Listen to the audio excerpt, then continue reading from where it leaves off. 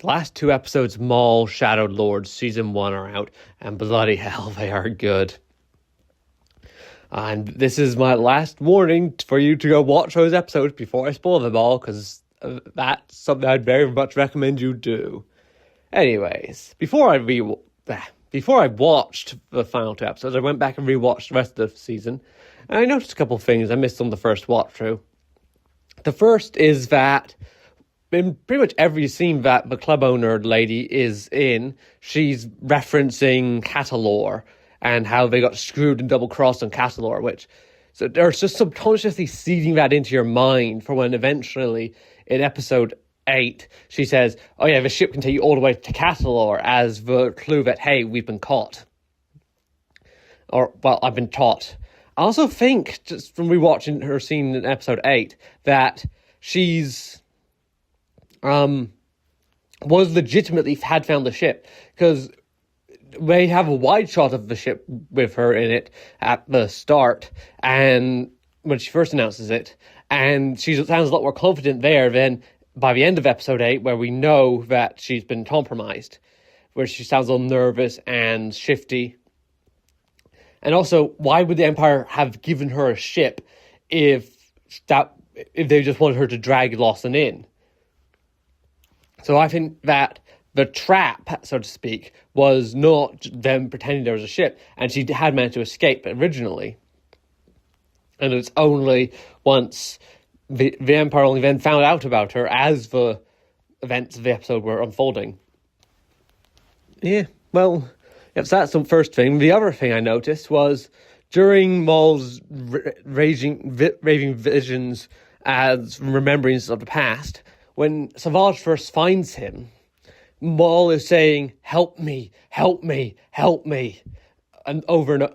Well, I think he only says it twice, but like implications they say over and over again. Not the mad ramblings of all that his brain can, like, all the stuff he can, the only things he's held on to. No, he's not doing that. He's crying out for help, but because of his mind is broken in such a way that the active part of his mind isn't that. The active part of his mind is just crying out, going, rah, ramblings, Kenobi, and the Sith code, and Palpatine's teachings. That is all that's on the forefront of his mind, but in the back of his mind, the part that he's actually remembering, he's crying out for help to Savage. And that is such a good thing. See, I'm not just upset that they're changing things with that scene. What I was upset by was that they changed it for the worse with Savage's dying lines. Because, one, I don't think that's what Maul was actually thinking. That doesn't add up with what Maul's thinking at that moment, because you see the look on Maul's face as Savage dies, saying that he wasn't worthy. And you see that Maul is legitimately saddened, and distraught that Savage is dead, and that he's realized that it was his fault, all of this. But so having that be replaced with go get revenge, no, it just doesn't work. Meanwhile, this change, I think, works brilliantly, because it's showing the difference between what's going on in Maul's true mind. He's crying out for help, he wants to be saved, he wants to be rescued, versus what he's actually saying, which is coming from his subconscious almost, which is just repeating the Sith code. He's just repeating Kenobi. He's mad rambling. It's like, that difference tells you something about the character and about the thing, and it fits perfectly. Meanwhile, changing Savage's final lines doesn't fit at all. Whatever. Anyways, that's episode 8. This is episode 9 and 10, and they are bloody good, especially episode 10. So let's get on to it. Episode 9 starts off with Maul sending out a contact to Devon to try and get them to meet at some statue of a lady with a shield and a spear. They said what it was. I'm assuming it was some sort of mark of like, yeah, rah, rah, we did good. And, well, yeah.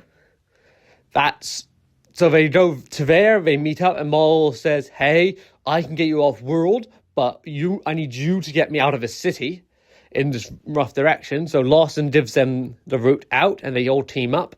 But before that, all the heroes of the story, which is like Lawson, his kid, Two Boots, Echo, and Devon are all in a place, and they manage to just escape, and then the Inquisitors arrive, and we once again see Marok putting his hand on the floor where they were, implying he's once again using his, I think it's called psychometry or something, I forget what it's called, the ability to sense the history of the place by touch. So like we're seeing that he's still using that power here, even if it's not as focused on, which is a really nice touch. Anyway, so then the heroes all go out. We get the scene that was actually released as a bit of a teaser, for this episode, and was in a lot of the trailers, where Maul goes up and he cuts it's not quite an ATST, the proto-ATST in half, and it's very cool. And we still get to see the full scene now, which has a lot more going to it. And if I'm not mistaken, did they just forget to animate the Mandalorians into that scene? Because I don't remember seeing them in the scene, and I was looking for them, because that's another thing I did during this rewatch, was I tried to pay attention to the Mandalorian starting in episode 7, and their numbers fluctuate so wildly within that one episode. Yeah. I mean, not so wildly.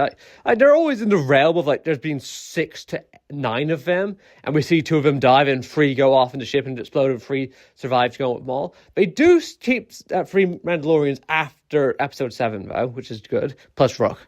Whenever I'm talking about Mandalorians, I'm not including Rook in that.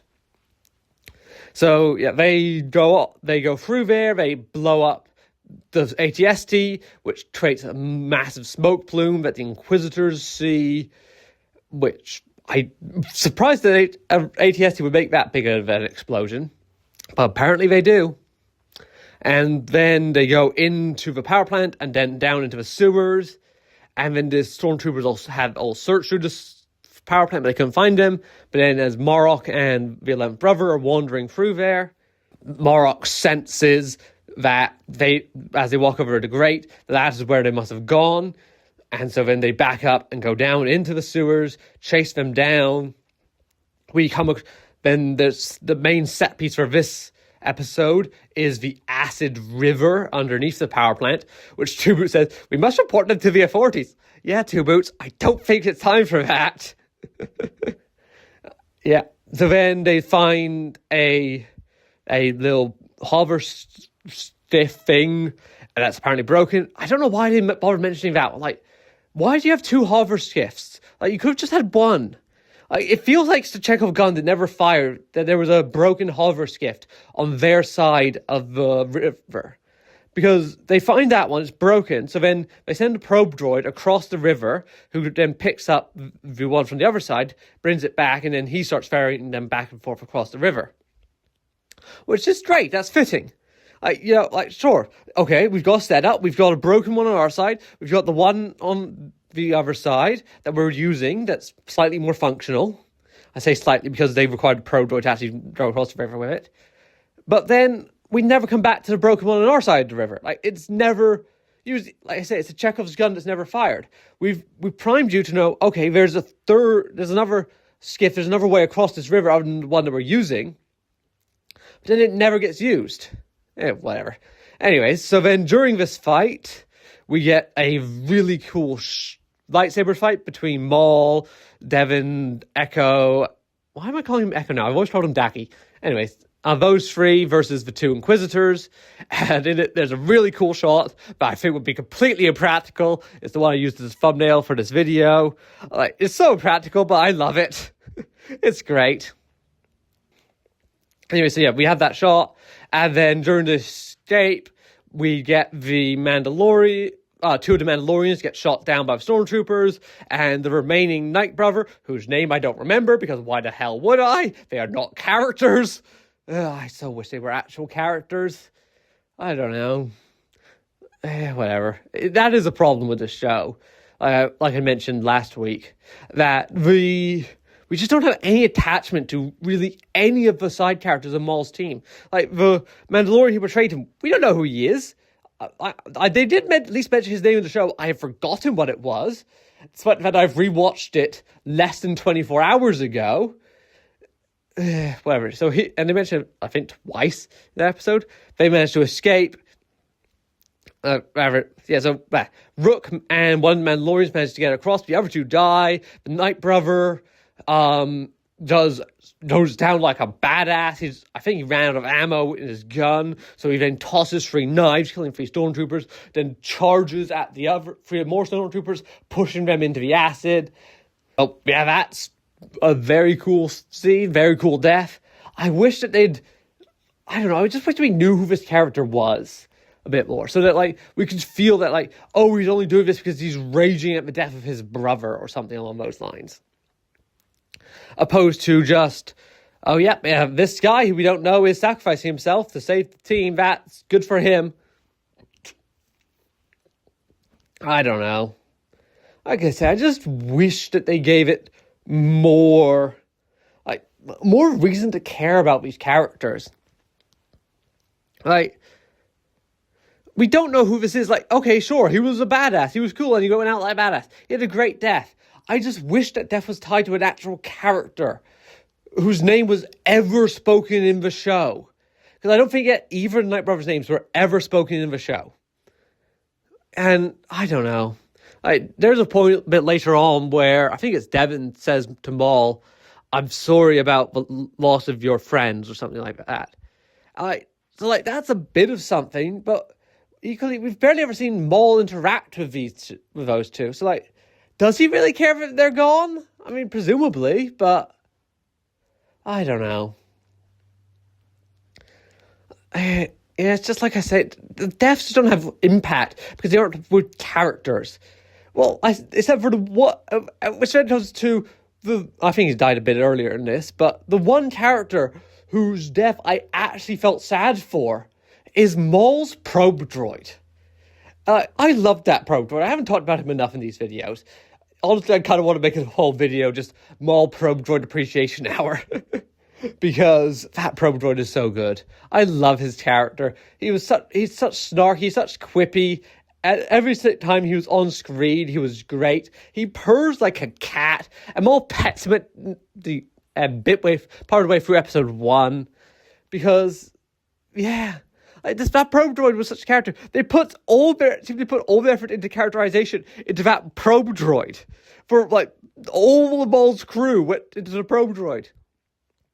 And, I was legitimately sad when that probe droid got cut in half. And his dying words were, "Master," as he got cut in half and fell into the acid.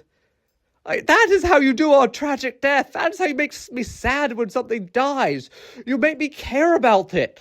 I don't know its name either, but it doesn't. You don't need to know its name to care. You need to know what it is, what it does. It's a snarky probe droid. It is consistently shown to be useful to Maul's plans, his workings. And that is why I cared about when the droid dies. Because it is a character. Like, you know what it does, you know why it's useful, you know why it's here, and it has character traits that are enjoyable, and why couldn't you have given that to either of the Night Brothers, the treacherous Mandalorian? You put so much effort and care into making me care about this probe droid. It is legitimately probably my favorite character introduced in this show. Yeah. The probe droid. More than Devin, more than Daki, more than Lawson, more than Two Boots. Certainly more than even the Night Brothers or the treacherous Mandalorian. Why? Why do you put so much effort into characterizing the probe droid, but none into characterizing any of the other deaths? There's a reason why that death hit home so much more than any death up until the end of this episode. It's about someone who we actually care about. I don't know. Anyways. So then they jump across the river, escaping from the Inquisitors, and Devin's holding up the barge as Maul's fighting back the two Inquisitors, and she's going like, "Hey, hurry up! I'm straining to hold this up here." And eventually Maul does jump across, showing that Devin and Daki as well, because he crosses before Maul, are still trying to save Maul, make sure he's okay. And then as they leave, the Inquisitors say, inform him they are headed his way. which is such a good way to end the episode. Except it's not how to end the episode.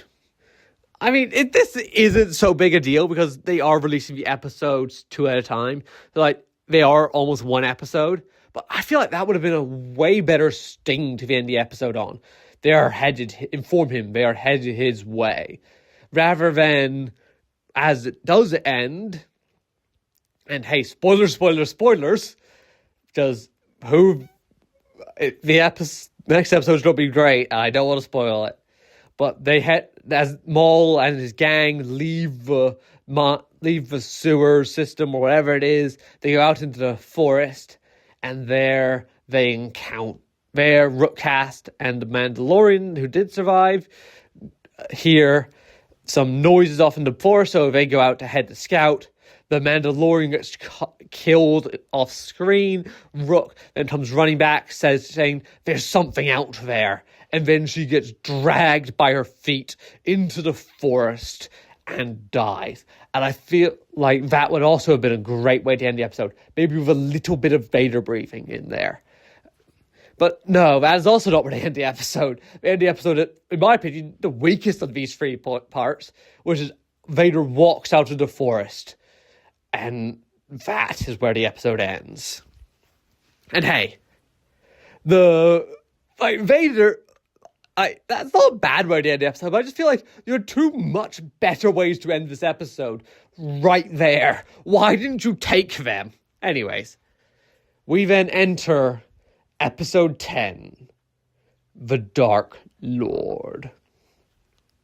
And I don't know if they've added the title to Disney Plus by now, but when I was watching it pretty much at release, The Dark Lord, the title of the episode was not shown. So it was just on Disney Plus, it was just called Chapter 10. And so they had done actually made sure that reveal was kept. That's great. Anyways, one last thing about episode 9. I don't know. I'm going back and forth about whether or not I like Rookcast's death. It feels underwhelming. That is how she goes out. She just gets killed sort of off screen. And but on the other hand, it does go to show just how terrifying Vader is as he just drags her off. And it really puts the fear of Vader into you. I don't know. I just feel like she deserved a better death, in my opinion. Because she's the only other character in Maul's entire crew, other than Maul himself, of course, that we actually had any reason to care about. And her death is underwhelming and unclear. And yes, I am including her death in my list of characters whose death I felt less for than the probe droid. Because her death is more like a plot device. You go, oh shit, Vader's here and Vader's scary. Then make you feel sad that she's dead. Meanwhile, the death of that probe droid, like I say, as the probe droid dies, it's going, Master. They did such a good job with that probe droid. Why did you put all your effort into making them be sad about the probe droid's death and not Rookcast or the Night Brothers? They should have been the actual characters. They should be the ones I'm feeling sad about. The Night Brother had a cool death, a fitting death, a functional death, but I didn't care about the Night Brother because he's not a character. Rookcast is a character who I liked and I cared about, but her death is so meaningless and just a plot device to make you scared about someone else's presence that I don't care about it. And okay.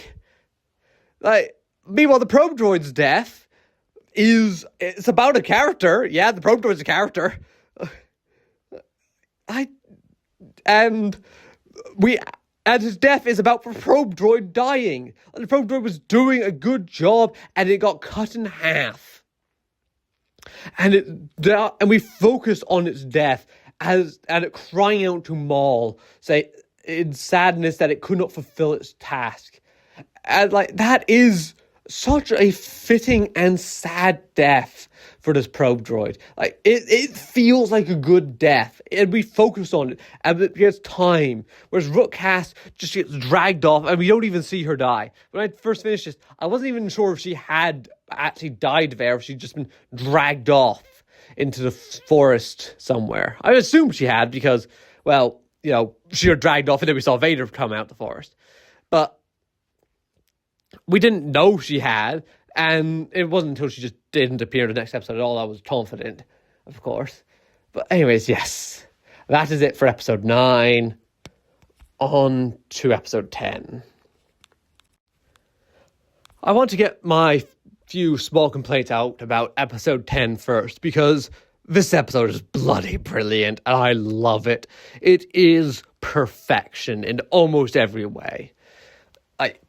I dare say, upon giving it some time to cool off, this episode will lower a bit. But I think currently, this is probably top 5 episodes of Star Wars of all time. And that's saying a lot, because there are some really bloody good episodes in that top 5. But anyways, yes. On to this episode. So yeah, my minor complaints. So how on earth did Devon survive against, well, first off, both Marok and the 11th brother?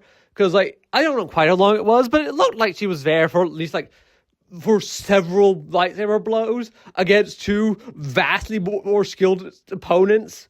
Like, how does she survive that? I don't know. And then she goes off into the ruins, and she's fighting the 11th brother for a very long time. It's not quite clear, because there's a lot of cuts around it and 2 other places in the fight for that one. But, like, I don't know. I just feel like she should have died, given what positions she was put in and how long she was in them for. But, I mean, that's a small complaint. Again, my other complaint is when Lawson's sacrificing himself, it really feels like he could have just gone onto the ship. I just feel like they should have, like, reshot the scene a little bit so he wasn't walking away from the ship as he was protecting them, after they'd already gone inside it.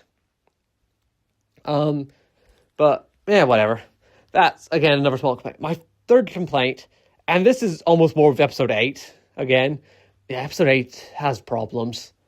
Is that when Maul is going into the at the end, Maul is still throughout this trying to make Devon fall to the dark side and bring her down, much like he was brought down. But it feels like so counter to what his arc was in episode 8. It feels like his arc in episode 8 was about not wanting to do that anymore, not wanting to drag more innocent people into the game of Sith. And that is exactly what he's trying to do in this episode still.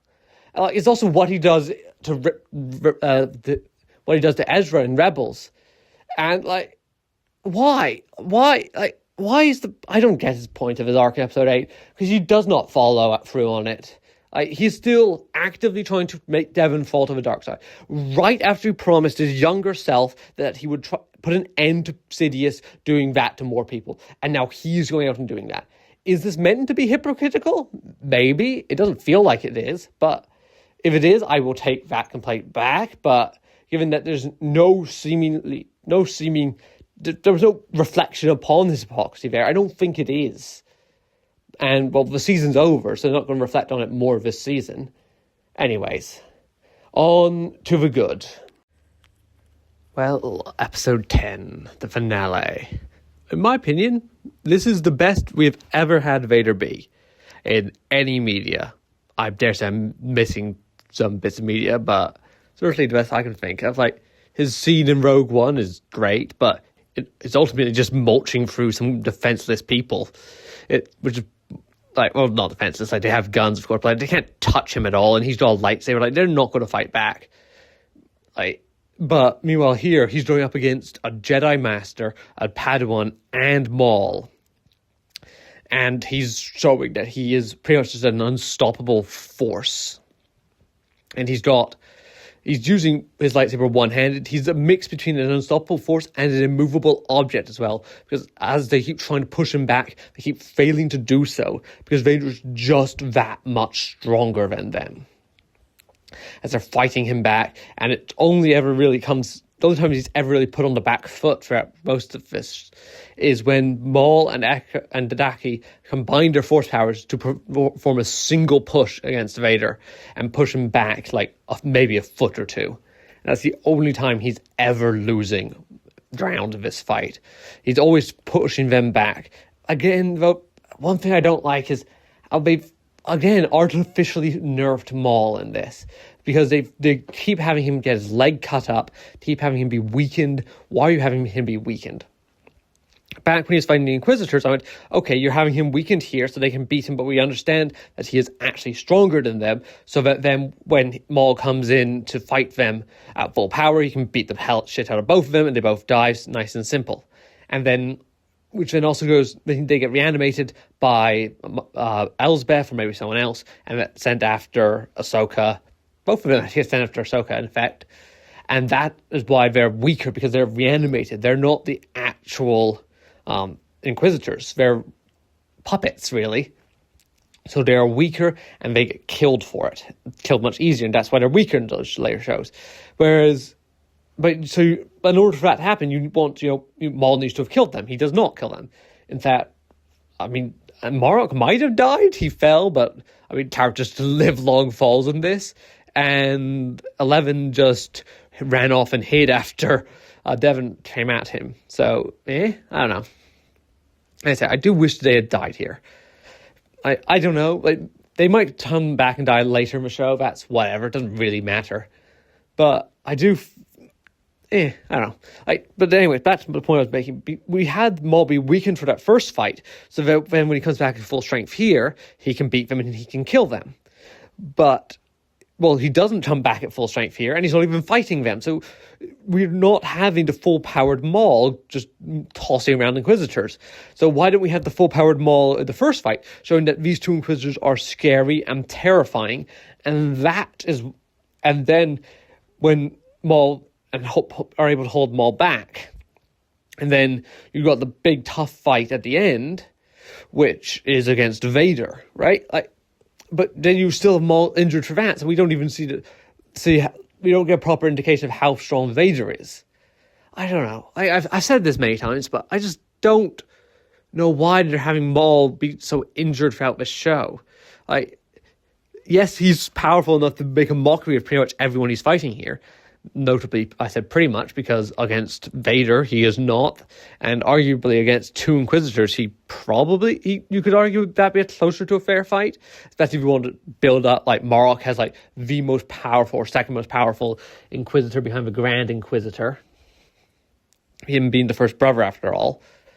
So, why... I don't know, just artificially weakening Maul so much throughout the show. And then you have Maul versus Vader, but Maul's not at the top of his game. I don't know. Anyways, I said I was done with the bad. But the fight itself is really cool. Vader's just up there. He's unstoppable. And he's just coming at you. And they're constantly on the back foot. And he's fighting off both Daki and Maul at the same time, even if it is the weakened Maul. And eventually Maul realizes, yeah, shit, we cannot take this Vader. And also early on in the fight, when he starts fighting him, Maul quickly realizes, you're no Inquisitor, and then says, what are you?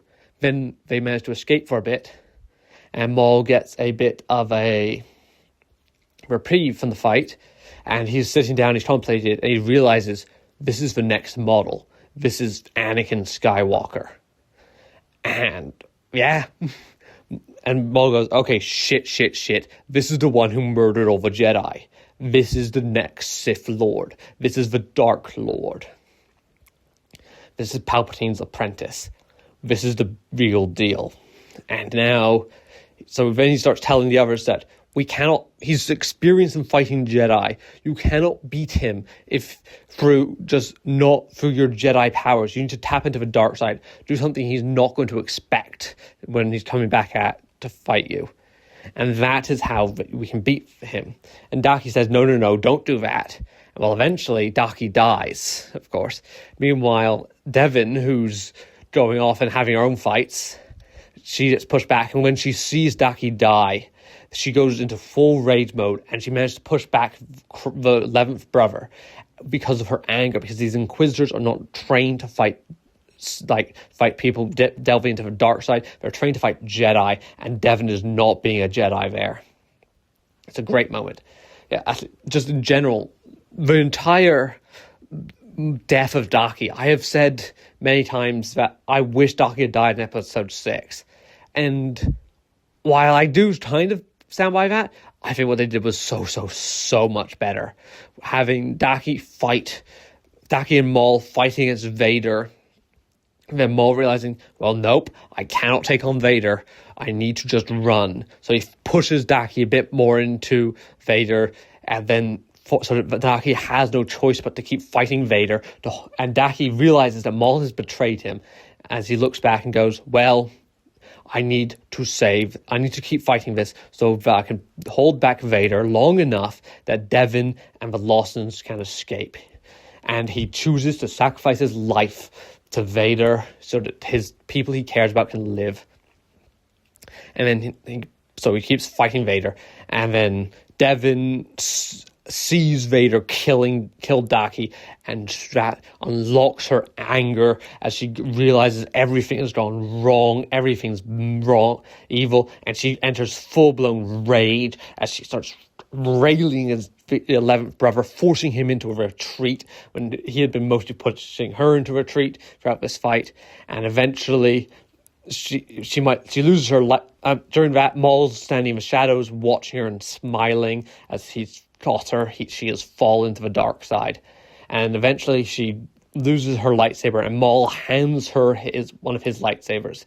And now we see her doing this all with a red lightsaber. She has well and truly fallen to the dark side, at least for this moment. And that whole scene around Daki's death is perfection. And there's also a little bit where Lawson sees that Maul has pushed Daki into Vader, which is a bit strange. It feels like something that's going to have round back up and have Lawson tell Devon at some point that, hey, Maul basically abandoned Daki to die to Vader, but Lawson dies before he's able to do that. And if Lawson lives, then that's so fucking dumb. Lawson is very much dead here. So I won't like it if he lives. So I don't really know where that's all going. I do feel like there should be at some point in later seasons that Devon realizes that Maul had betrayed Daki, and that turns her against him. And then eventually Maul's going to be forced to kill her as part of that. But I don't know quite how they're all going to have that work all together and have that reveal come to play. But if it is through Lawson, it's going to be forced. I don't know.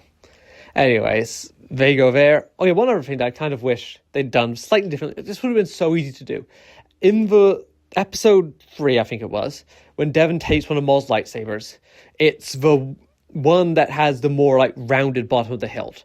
Then in this episode, when Maul hands her one of his lightsabers, it's the one with the more cut off hilt, like the one that slots into, because Maul's 2 lightsabers do look visually distinct, which is a good thing. But I wish he had given her the same lightsaber. You don't need to call any attention to it, but it's just such a nice small touch. So you can see, Maul took his lightsaber back, saying, "I'll be needing this" at the end of episode 3, and now he's giving it back to her, saying, "You'll be needing this, or you can have it back," something like that. The general idea is still there. I just think it would have been a lot better if it was the same lightsaber, not the other half. And there's no, as far as I can tell, there's no actual difference between the two in terms of effect or usefulness or reason for Maul to have chosen to give her one over the other. So why not make it be the same one? I don't know, it just feels like such an easy thing for them to have done that they just didn't do. Anyways, yes. The other half of this plot is the Lawsons and Two Boots and Vario all trying to take out the Imperials, stormtroopers, to prepare a landing zone. and it's fine. It's nowhere near as good as the Vader part of the plot. But, like, so what? The Vader part of this episode is so damn good, I don't care. And, like, Vario shows a bit of courage, and he goes, "You are tall, you are strong, you are tall." I forget what he said, but it's definitely something about him being tall.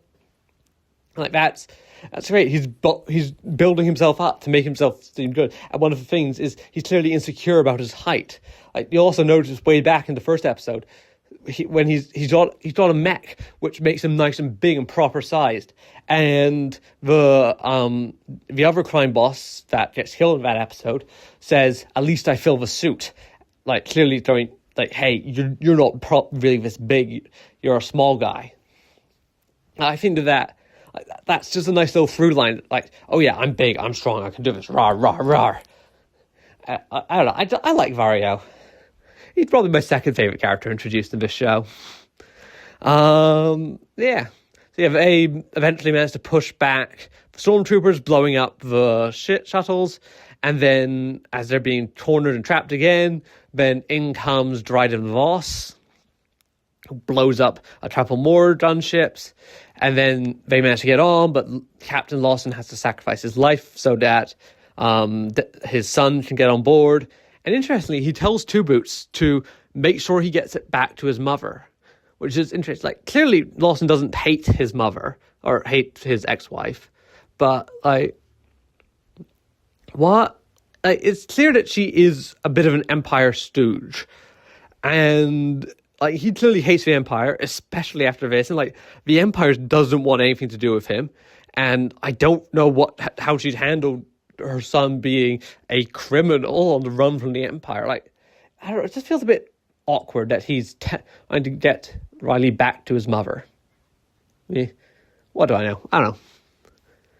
And, well, then they manage to escape. Then Devin and Maul eventually also jump on the ship, and they head off to season 2, which will presumably be about Maul taking out, I forget the name of the guy, but whoever that's currently in charge of Crimson Dawn, and then moving and dealing with the corruption and training of Devin into his Talon, which I feel like they're probably going to have him call her his Talon at some point, like, or her be known as Maul's Talon. It's like that connection to Darth Talon in name without, actually making her be Darth Talon. And she might even get some more Night Brother style tattoos, much like Talon has, to like draw that connection more. And, well, yeah, that will be season 2. But this was season 1, and season 1 was pretty damn good. Easily the third best thing Disney Star Wars has made, behind Clone Wars season 7 and Andor. And, like, what else is even out there? Rogue One, like, top 4. I mean, like, what else is even good? Like, as a whole, like, I'm not counting, like, Andor season 1 and 2, they're one thing. The Mando's 3 seasons is one thing. I guess, like, if you are doing it by season, maybe, like, season 1 or 2 of Mando could get up there, but, like, they're good, but they're not top tier great. And again, I don't know. As I say, my opinion on this will probably get worse over time, because that's what happens. It's currently the new hotness, and it was pretty damn good. But you never know. Anyways, yes. What else will I be doing? What else? But there really is anything else. It's a good episode. A very good episode. And, well, what else will I be doing? I don't really know what's up next for me. I'm probably not going to make another video in May. I've done a lot of stuff in April. And this does count as a May video because, it is May the 4th. I don't know what's going to come out in June. Probably something. I hope, hopefully something, because I do want to get a video out a month. Anyways, yes, that is Nid Swarm signing off.